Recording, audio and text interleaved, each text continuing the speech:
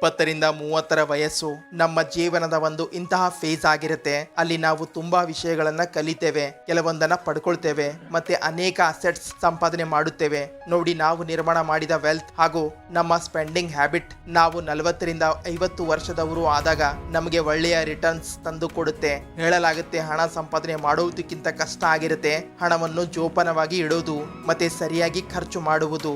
ನೋಡಿ, ಇದರ ಬಗ್ಗೆ ಎಲ್ಲರಿಗೂ ಗೊತ್ತು, ಆದರೂ ಕೂಡ ತುಂಬಾ ಜನ ಇದನ್ನ ಇಗ್ನೋರ್ ಮಾಡ್ತಾರೆ. ಮತ್ತೆ ಇವರಲ್ಲಿಯೇ ಇವರು ಕೂಡ ಒಬ್ರು. ನಿಮ್ಮಲ್ಲಿ ತುಂಬಾ ಜನರಿಗೆ ಇವರ ಹೆಸರು ಕೂಡ ಗೊತ್ತಿರಬಹುದು. ಇವರ ಹೆಸರಿದೆ ಮಿಸ್ಟರ್ ಅನಿಲ್ ಅಂಬಾನಿ, ಮಿಸ್ಟರ್ ಧೀರುಭಾಯ್ ಅಂಬಾನಿ ಅವರ ಮಗ ಮತ್ತೆ ಮುಖೇಶ್ ಅಂಬಾನಿಯ ತಮ್ಮ. ನೋಡಿ, ಅನಿಲ್ ಅಂಬಾನಿ ಮೊದಲಿನಿಂದಲೇ ತಮ್ಮ ಸ್ಪೆಂಡಿಂಗ್ ಹ್ಯಾಬಿಟ್ಸ್ ಮತ್ತೆ ಲಕ್ಸರಿ ಲೈಫ್ ನ ಸಲುವಾಗಿ ಸುದ್ದಿಯಲ್ಲಿ ಇದ್ರು. ಉದಾಹರಣೆಗೆ ಅವರ ಮನೆ $1 ಬಿಲಿಯನ್ ಗಿಂತ ಜಾಸ್ತಿ ಬೆಲೆ ಬಾಳುತ್ತೆ. ಮತ್ತೆ ಇವರ ಹತ್ತಿರ $45 ಬಿಲಿಯನ್ ನ ಕಾರ್ಗಳಿವೆ. 2019ರ ಫ್ರಾನ್ಸ್ ನಲ್ಲಿ ಇವರು ತಮ್ಮ ಮಗಳ ಮದುವೆ ಅದ್ದೂರಿಯಾಗಿ ಮಾಡಿಸಿದ್ರು. ಇದರಲ್ಲಿ ಅರೌಂಡ್ $60 ಮಿಲಿಯನ್ ಖರ್ಚು ಆಯಿತು. ಮತ್ತೆ world famous pop star Katy Perry ಕೂಡ ಪರ್ಫಾರ್ಮ್ ಮಾಡಿದ್ರು. ಮತ್ತೆ 2020ರಲ್ಲಿ ಇದೇ ವ್ಯಕ್ತಿ ಬ್ಯಾಂಕ್ರಪ್ಟ್ ಆಗಿದ್ದಾನೆ ಅನ್ನೋ ಸುದ್ದಿ ಬರುತ್ತೆ. ಇವರ ಮೇಲೆ $700 ಮಿಲಿಯನ್ ಅಂದ್ರೆ 6,000 ಕೋಟಿ ರೂಪಾಯಿಯ ಸಾಲ ಇದೆ. ಮತ್ತೆ ಇವತ್ತು ಇವರ ನೆಟ್ವರ್ಕ್ 0 ಆಗಿದೆ. ಹಾಗಿದ್ರೆ ಈಗ ಇನ್ನೊಬ್ಬ ವ್ಯಕ್ತಿಯನ್ನ ಭೇಟಿಯಾಗಿ. ಇವರ ಹೆಸರಿದೆ ಮಿಸ್ಟರ್ ನಾರಾಯಣ ಮೂರ್ತಿ, ಇನ್ಫೋಸಿಸ್ನ ಫೌಂಡರ್. ಮತ್ತೆ ಇವರ ನೆಟ್ವರ್ಕ್ ಇದೆ $6.5 ಮಿಲಿಯನ್. ಮತ್ತೆ ಇವರ ಕಂಪ್ನಿ ಜಗತ್ತಿನ ಬೆಸ್ಟ್ ಟೆಕ್ ಜಾಯಿಂಟ್ಸ್ ಕಂಪ್ನಿಗಳಲ್ಲಿ ಒಂದಾಗಿದೆ. ಮತ್ತೆ ಇವರು ಆಫೀಸ್ ನಲ್ಲಿ ಮನೆಯ ಆಹಾರವನ್ನೇ ಸೇವನೆ ಮಾಡ್ತಾ ಇದ್ರು. ಅಷ್ಟೇ ಅಲ್ಲ, ಟ್ರಾವೆಲ್ ಮಾಡುವಾಗ ಎಕನಾಮಿಕ್ ಕ್ಲಾಸ್ ನಲ್ಲಿಯೇ ಕುಳಿತು ಟ್ರಾವೆಲ್ ಮಾಡ್ತಾ ಇದ್ರು. ಇವರಿಗೆ ಬೆಲೆ ಬಾಳುವ ಬಟ್ಟೆ ವಸ್ತುಗಳ ಹವ್ಯಾಸ ಇರಲಿಲ್ಲ, ಬದಲಾಗಿ ಬೆಲೆ ಬಾಳುವ ಎಕ್ಸ್ಪೀರಿಯನ್ಸ್ ನ ಹವ್ಯಾಸ ಇತ್ತು. ಮತ್ತೆ ಒಂದು ಇಂಟರ್ವ್ಯೂ ನಲ್ಲಿ ಹೇಳ್ತಾರೆ, ನನಗೆ ಮಟೀರಿಯಲಿಸ್ಟಿಕ್ ವಸ್ತುಗಳ ಮೇಲೆ ಹಣ ಖರ್ಚು ಮಾಡೋದಕ್ಕಿಂತ ಲೈಫ್ ಮತ್ತೆ ಎಕ್ಸ್ಪೀರಿಯನ್ಸ್ ಮೇಲೆ ಹಣ ಖರ್ಚು ಮಾಡೋದು ಸರಿ ಅನ್ಸುತ್ತೆ ಅಂತಾರೆ. ಅದೇ ತರ ನಮ್ಮಲ್ಲಿ ಅನೇಕ ಜನ ತಮ್ಮ ಕರಿಯರ್ ಪ್ರಾರಂಭ ಮಾಡೋದಕ್ಕಿಂತ ಮುಂಚೆ ಯಾವುದೇ ನಾಲೆಜ್, ಯಾವುದೇ ಗೈಡೆನ್ಸ್ ಇಲ್ಲದೆ ಅದನ್ನ ಪ್ರಾರಂಭ ಮಾಡ್ತಾರೆ. ಇನ್ನು ಕೆಲವೊಬ್ರು ತುಂಬಾ ಇಗ್ನೋರೆಂಟ್ ಆಗಿರ್ತಾರೆ. ಇನ್ನು ಕೆಲವೊಬ್ರು ಪರಿಸ್ಥಿತಿಯ ಕಾರಣದಿಂದ ಸರಿಯಾದ ಮಾಹಿತಿಯನ್ನ ಪಡ್ಕೊಳ್ಳೋದಿಲ್ಲ. ಮತ್ತೆ ಅತಿ ಬೇಗ ಹಣ ಸಂಪಾದನೆ ಮಾಡಬೇಕು ಅನ್ನೋ ರೇಸ್ ನಲ್ಲಿ ಓಡ್ತಾ ಇರ್ತಾರೆ. ಅಂದ ಹಾಗೆ ನೀವು ಸಹ ಯೂಟ್ಯೂಬ್ ನಲ್ಲಿ ರಾತ್ರೋರಾತ್ರಿ ಹಣ ಸಂಪಾದನೆ ಮಾಡುವ ವಿಡಿಯೋಗಳನ್ನ ನೋಡಿರಬಹುದು. ಆದ್ರೆ ಸರಿಯಾದ ರೀತಿಯಿಂದ ಹಣ ಸಂಪಾದನೆ ಮಾಡೋದು ಹೇಗೆ, ಮತ್ತೆ ಸಂಪಾದನೆ ಮಾಡಿರುವ ಹಣವನ್ನು ಎಲ್ಲಿ ಹೂಡಿಕೆ ಮಾಡಬೇಕು, ಎಲ್ಲಿ ಖರ್ಚು ಮಾಡಬೇಕು ಅನ್ನೋದು ಯಾರು ಹೇಳೋದಿಲ್ಲ. ಹಾಗಿದ್ರೆ ಇವತ್ತಿನ ಈ ವಿಡಿಯೋದಲ್ಲಿ ಹಣ ಸಂಪಾದನೆ ಮಾಡೋದು ಮತ್ತೆ ಅದನ್ನ ಸೇವ್ ಮಾಡಿ ಇನ್ವೆಸ್ಟ್ ಮಾಡುವ ಅಮೇಜಿಂಗ್ ಟೆಕ್ನಿಕ್ಸ್ ನ ಬಗ್ಗೆ ಹೇಳ್ತೀನಿ. ಒಂದು ಇಂತಹ ರೂಲ್ ಜಗತ್ತಿನ ಶ್ರೀಮಂತ ಮತ್ತೆ ಎಕ್ಸ್ಪರ್ಟ್ ಗಳು ಕೂಡ ಸಜೆಸ್ಟ್ ಮಾಡ್ತಾರೆ. ರೂಲ್ ಅನ್ನ ವಾರನ್ ಬಫೆಟ್, ಪೀಟರ್ ಲಿಂಚ್, ರೇ ಡೆಲಿಯೋಗಳಂತಹ ದೊಡ್ಡ ದೊಡ್ಡ ಇನ್ವೆಸ್ಟರ್ಸ್ ಕೂಡ ಫಾಲೋ ಮಾಡ್ತಾರೆ. ಮತ್ತೆ ಈ ರೂಲ್ಸ್ ಅನ್ನ ಸಜೆಸ್ಟ್ ಮಾಡ್ತಾರೆ. ಹಾಗಿದ್ರೆ ಈ ರೂಲ್ ನ ಹೆಸರಿದೆ 50-30-20 ರೂಲ್. ನೋಡಿ, ಇದೊಂದು ಇಂತಹ ರೂಲ್ ಇದೆ. ಇದರಲ್ಲಿ ನೀವು ಸಂಪಾದನೆ ಮಾಡಿದ್ದ ಹಣವನ್ನು 3 ಬೇರೆ ಬೇರೆ ಭಾಗಗಳಲ್ಲಿ ಭಾಗ ಮಾಡಬೇಕಾಗುತ್ತೆ. ಅದರಲ್ಲಿ 50% ಇರುತ್ತೆ ನಿಮ್ಮ ನೀಡ್ಸ್, 30% ಇರುತ್ತೆ ನಿಮ್ಮ ವಾಂಟ್ಸ್, ಮತ್ತೆ 20% ಇರುತ್ತೆ ನಿಮ್ಮ ಸೇವಿಂಗ್ಸ್ ಮತ್ತೆ ಇನ್ವೆಸ್ಟ್ಮೆಂಟ್. ಹಾಗಿದ್ರೆ ಎಲ್ಲಕ್ಕಿಂತ ಮೊದಲು ಈ ರೂಲ್ ಹೇಳುತ್ತೆ 50% ಆಫ್ ಯುವರ್ ನೀಡ್ಸ್. ನೋಡಿ, ನೀಡ್ಸ್ ಆ ವಸ್ತುಗಳಾಗಿವೆ, ಇವು ನಮ್ಮ ದಿನನಿತ್ಯದ ಬಳಕೆಯಲ್ಲಿ ಬೇಕಾಗಿರುತ್ತೆ. ಇದನ್ನ ಬಿಟ್ಟು ನಾವು ಲೈಫ್ ಅನ್ನ ಆಕ್ಸೆಪ್ಟ್ ಮಾಡೋದು ಕಷ್ಟ ಆಗುತ್ತೆ. ನೋಡಿ, ಹೊಟ್ಟೆಗೆ ಹಿಟ್ಟು, ಮೈಗೆ ಬಟ್ಟೆ ಮತ್ತೆ ಇರಲು ಒಂದು ಮನೆ, ಇದೆಲ್ಲ ಮನುಷ್ಯನಿಗೆ ಬೇಕೇ ಬೇಕು. ಆದ್ರೆ ತುಂಬಾ ಜನರಿಗೆ ಈ ತರ ಅನ್ಸುತ್ತೆ, ಜನರ ಬೇಸಿಕ್ ನೀಡ್ಸ್ ಕೇವಲ ಇದೇ ಆಗಿದೆ, ಮತ್ತೆ ಇದಕ್ಕೆಲ್ಲ 50% ಅಮೌಂಟ್ ಹೇಗೆ ಖರ್ಚು ಆಗುತ್ತೆ ಅಂತಾರೆ. ನೋಡಿ, ನಾವು ಆದಿ ಮಾನವನ ಕಾಲದಲ್ಲಿ ಬದುಕ್ತಾ ಇಲ್ಲ.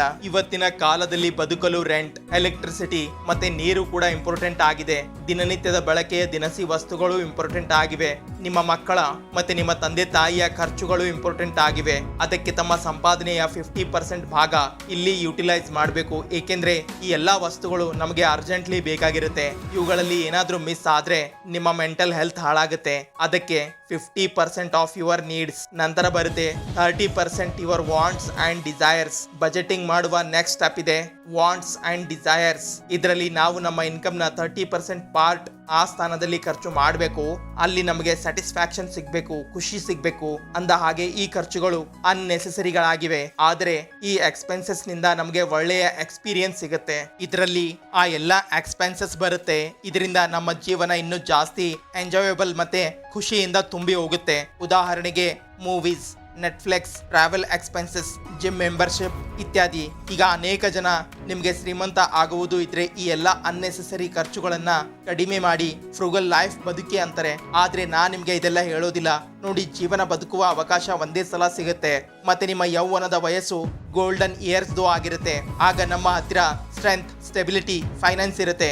ಒಂದ್ ವೇಳೆ ನೀವು ಈ ಎಲ್ಲ ಎಕ್ಸ್ಪೀರಿಯನ್ಸ್ ತಗೊಳ್ಳಲಿಲ್ಲ ಅಂದ್ರೆ ಭವಿಷ್ಯದಲ್ಲಿ ಶ್ರೀಮಂತ ಆದ ನಂತರವೂ ನಿಮಗೆ ಪಶ್ಚಾತ್ತಾಪ ಆಗುತ್ತೆ. ನಾನು ಆವತ್ತು ಆ ಟ್ರಿಪ್ಗೆ ಹೋಗ್ಬೇಕಿತ್ತು, ಆ ಬೈಕ್ ಖರೀದಿ ಮಾಡಬೇಕಿತ್ತು ಅನ್ಸುತ್ತೆ. ಅದಕ್ಕೆ 30% ವಾಂಟ್ಸ್ ಮತ್ತೆ ಡಿಸೈರ್ಸ್ ಗಳಿಗೆ ನೀಡುವುದು ತುಂಬಾ ಇಂಪಾರ್ಟೆಂಟ್ ಆಗಿರುತ್ತೆ. Point number 3, 20% should go to your savings and investment. ಈ 20% ಹಣ ನಿಮಗೆ ನಿಮ್ಮ ಭವಿಷ್ಯದ ಅಗತ್ಯಗಳನ್ನು ಸೆಕ್ಯೂರ್ ಮಾಡಲು ಸಹಾಯ ಮಾಡುತ್ತೆ. ಈ 20% ಇನ್ಶೋರ್ ಮಾಡುತ್ತೆ ನೀವು ಮತ್ತೆ ನಿಮ್ಮ ಮಕ್ಕಳು ಇದರಿಂದ ಒಳ್ಳೆಯ ಜೀವನ ಬದುಕಬಹುದು. ಮತ್ತೆ ನಾವು ಈ 20% ಹಣವನ್ನು ಎಮರ್ಜೆನ್ಸಿ ಸಲುವಾಗಿ ಉಳಿತಾಯ ಮಾಡಬಹುದು, ಅಥವಾ ಇಂಡೆಕ್ಸ್ ಫಂಡ್ ನಲ್ಲಿ ಇನ್ವೆಸ್ಟ್ಮೆಂಟ್ ಮಾಡಬಹುದು, ಅಥವಾ FD ನಲ್ಲಿ ಉಳಿತಾಯ ಮಾಡಬಹುದು. ಇದರಿಂದ ನಿಮ್ಮ ಭವಿಷ್ಯ ಸುಭದ್ರವಾಗಿರುತ್ತೆ. ಮತ್ತೆ ಒಂದು ಮಾತು ನೆನಪಿರಲಿ, ನಿಮ್ಮ ವಯಸ್ಸು ಜಾಸ್ತಿ ಆಗ್ತಾ ಹೋದಂತೆ ಈ ಸೇವಿಂಗ್ಸ್ ಮತ್ತೆ ಇನ್ವೆಸ್ಟ್ಮೆಂಟ್ ನ ಪಾರ್ಟ್ ಅನ್ನು ಜಾಸ್ತಿ ಮಾಡ್ತಾ ಹೋಗ್ಬೇಕು. ಮತ್ತೆ ತಮ್ಮ ಜಾಸ್ತಿ ಆಗ್ತಾ ಇರುವ ಇನ್ಕಮ್ ನ ಜೊತೆಗೆ ಇನ್ವೆಸ್ಟ್ಮೆಂಟ್ ಅಮೌಂಟ್ ಅನ್ನು ಜಾಸ್ತಿ ಮಾಡಬೇಕು. ಇದರಿಂದ ನಿಮ್ಮ ಈ ಫ್ರೂಗಲ್ ಗೋಲ್ ಅಥವಾ ರಿಟೈರ್ಮೆಂಟ್ ಅಮೌಂಟ್ ಅತಿ ಬೇಗ ಅಚೀವ್ ಆಗಲು. ಮತ್ತೆ ಇದೊಂದು ಇಂತಹ ಪಾರ್ಟ್ ಆಗಿದೆ, ಇದರಲ್ಲಿ ನೀವು ತುಂಬಾ ಬುದ್ಧಿ ಉಪಯೋಗಿಸಿ ನಿರ್ಧಾರ ತಗೊಳ್ಬೇಕು. ಇದರಲ್ಲಿ ನೀವು ಹೇಗೆ ಮತ್ತೆ ಎಷ್ಟು ಅಮೌಂಟ್ ಇನ್ವೆಸ್ಟ್ ಮಾಡಬೇಕು ಅನ್ನೋದು ಸ್ಟ್ರಾಟಜಿಕಲಿ ಪ್ಲಾನ್ ಮಾಡಬೇಕು. ಹಾಗಿದ್ರೆ ಈ 50-30-20 ರೂಲ್ ಅನ್ನ ತಿಳ್ಕೊಂಡ ನಂತರ ಇದು ನಿಜ ಜೀವನದಲ್ಲಿ ಹೇಗೆ ಕೆಲಸ ಮಾಡುತ್ತೆ ಅನ್ನೋದನ್ನ ಈ ಎಕ್ಸೆಲ್ ಶೀಟ್ ನ ಸಹಾಯದಿಂದ ತಿಳಿಯೋಣ. ಇಲ್ಲಿ ಶಾಶ್ವತ್ ಹೆಸರಿನ 23 ವರ್ಷದ ಒಬ್ಬ ವ್ಯಕ್ತಿಯ ಸ್ಯಾಲರಿ 30,000 ರೂಪಾಯಿ ಆಗಿದೆ. ಮತ್ತೆ ಈತ ತನ್ನ ಫಂಡ್ಸ್ ಅನ್ನ ಈ ತರ ಮ್ಯಾನೇಜ್ ಮಾಡ್ತಾನೆ. ಉದಾಹರಣೆಗೆ ತನ್ನ ಸಂಪಾದನೆಯ 50% ಅಂದ್ರೆ 15,000 ರೂಪಾಯಿ ತನ್ನ ನೀಡ್ ಸಲುವಾಗಿ ಖರ್ಚು ಮಾಡ್ತಾನೆ. 9,000 ವಾಂಟ್ ಸಲುವಾಗಿ ಖರ್ಚು ಮಾಡ್ತಾನೆ.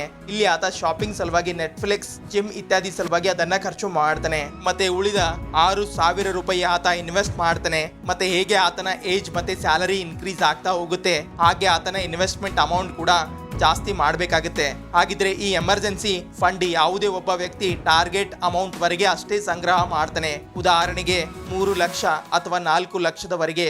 ಇದಾದ ನಂತರ ಈ ಅಮೌಂಟ್ ನಲ್ಲಿ ಆತ ಹಣ ಹಾಕೋದಿಲ್ಲ.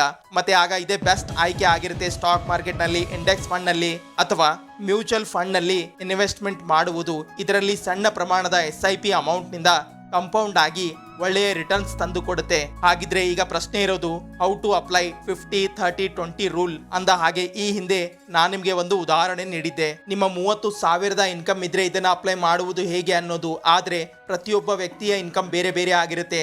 ಆಗ ಈ ರೂಲ್ ಅನ್ನ ಅಪ್ಲೈ ಮಾಡುವುದು ಹೇಗೆ ಅನ್ನೋ ಪ್ರಶ್ನೆ ಕಾಡ್ತಾ ಇರುತ್ತೆ. ಅದಕ್ಕಾಗಿ step number 1, calculate total income. ನೀವು ನಿಮ್ಮ ಸಂಪಾದನೆಯನ್ನ ಲೆಕ್ಕ ಹಾಕಿ. ಇದರಲ್ಲಿ ನೀವು ನಿಮ್ಮ ಬಿಸ್ನೆಸ್ ಎಕ್ಸ್ಪೆನ್ಸಸ್ ಮತ್ತೆ ಟ್ಯಾಕ್ಸ್ ಅನ್ನ ಮೈನಸ್ ಮಾಡಬೇಕು. ಅದಕ್ಕಾಗಿ ನೀವು ನಿಮ್ಮ ಪೇ ಸ್ಲಿಪ್ ನೋಡಬಹುದು. ಆಫ್ಟರ್ ಟ್ಯಾಕ್ಸ್ ನಿಮ್ಮ ಹತ್ರ ಎಷ್ಟು ಉಳಿತಾಯ ಆಗುತ್ತೆ ಅನ್ನೋದನ್ನ ನೋಡಿ. Step number 2, track monthly expenses. ನೋಡಿ, ಇನ್ಕಮ್ ಗೊತ್ತಾದ ನಂತರ ನಾವು ನಮ್ಮ ಕಳೆದ ತಿಂಗಳ ಕೆಲವೊಂದು ಖರ್ಚುಗಳನ್ನ ತಾಳೆ ನೋಡಬೇಕು. ಉದಾಹರಣೆಗೆ ನೀವು ಕಳೆದ ತಿಂಗಳ ಖರ್ಚುಗಳನ್ನ ನೋಡಿದ್ರಿ ಮತ್ತೆ ಕೆಟಗರಿ ನಿರ್ಮಾಣ ಮಾಡಿದ್ರಿ ಅನ್ಕೊಳ್ಳಿ, like rent, grocery, shopping, entertainment ಇತ್ಯಾದಿ. ಈಗ ಖರ್ಚುಗಳನ್ನ ಟ್ರ್ಯಾಕ್ ಮಾಡಿದ ನಂತರ ಇದನ್ನ ನೀಡ್ಸ್, ವಾಂಟ್ಸ್ ಮತ್ತೆ ಇನ್ವೆಸ್ಟ್ ಗಳಂತಹ ಬೇರೆ ಬೇರೆ ಕಾಲಮ್ ನಲ್ಲಿ ಹಾಕಬೇಕು. ಹಾಕಿದ ನಂತರ ನಿಮ್ಗೆ ಅರ್ಥ ಆಗುತ್ತೆ ಕಳೆದ ತಿಂಗಳು ಅಥವಾ ಅದಕ್ಕಿಂತ ಮೊದಲ ತಿಂಗಳಲ್ಲಿ ನೀವು ಹೇಗೆ ಖರ್ಚು ಮಾಡ್ತಾ ಇದ್ರಿ ಮತ್ತೆ ಹೇಗೆ 50-30-20 ರೂಲ್ ಅನ್ನ ಅಪ್ಲೈ ಮಾಡ್ತಾ ಇದ್ರಿ ಅನ್ನೋದು ಗೊತ್ತಾಗುತ್ತೆ.